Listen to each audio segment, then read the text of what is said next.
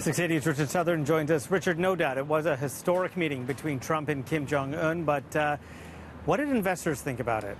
Not much. There wasn't much for investors to latch onto. There was plenty of political theater, Francis, but not much in the way of concrete agreements. Certainly the handshake, as you say, very historic, but when they signed their agreement, the details were left vague. There was no agreement on ending the technical state of war between North and South Korea. Also missing was a timetable for Kim to give up his weapons. I think what some investors were really taken aback by was the news conference that Donald Trump held after the summit, where he again took aim at Justin Trudeau.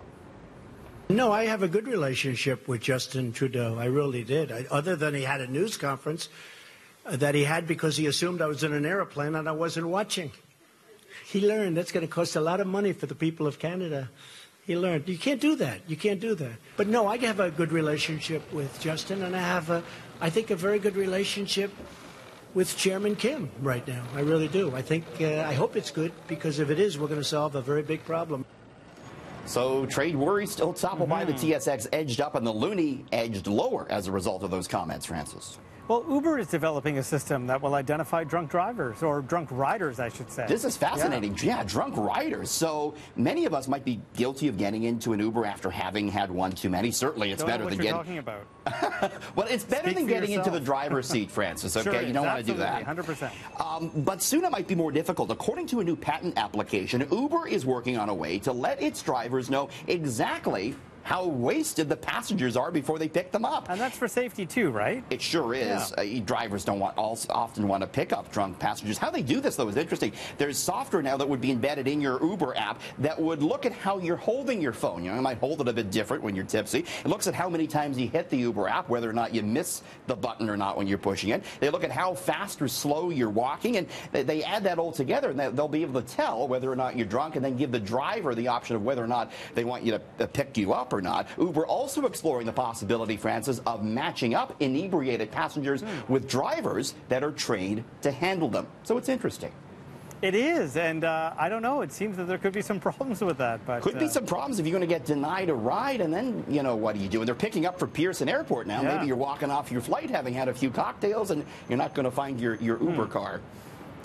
So, I don't know, Richard, are you looking for a new job? Have you ever thought maybe a CEO position with the TTC? Because, hey, it pays a lot. Look at that. I think I'm gonna put my name in for this, so that, you know, 6 months after Andy Byford left, the TTC has this job posting for a CEO. The annual average salary range, Francis, from $247,000 to $356,000.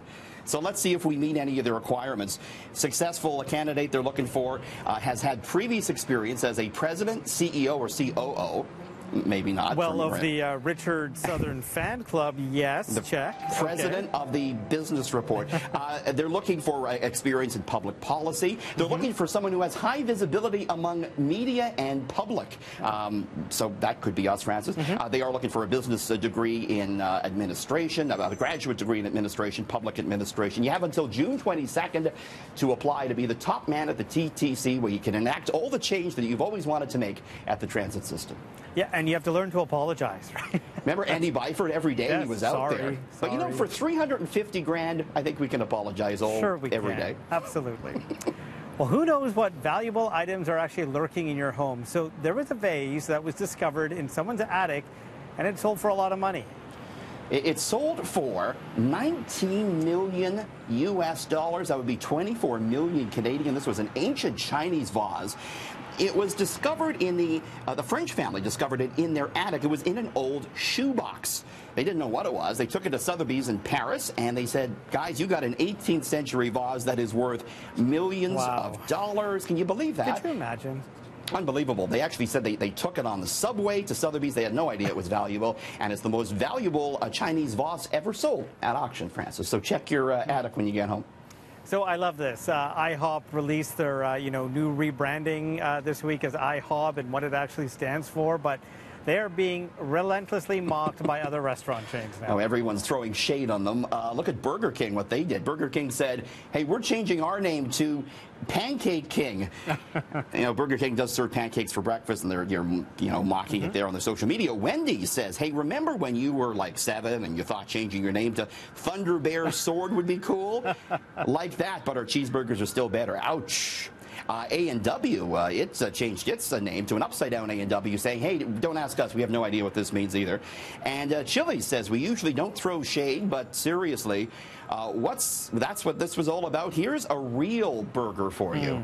This is actually a good example of what companies are trying to do with social media, where it's funny and it's edgy and it's engaging. That's actually where you want to be as a company right now. And they got the media to talk about them. So Success. Check. Yep. All right. Thank you, Richard. See ya.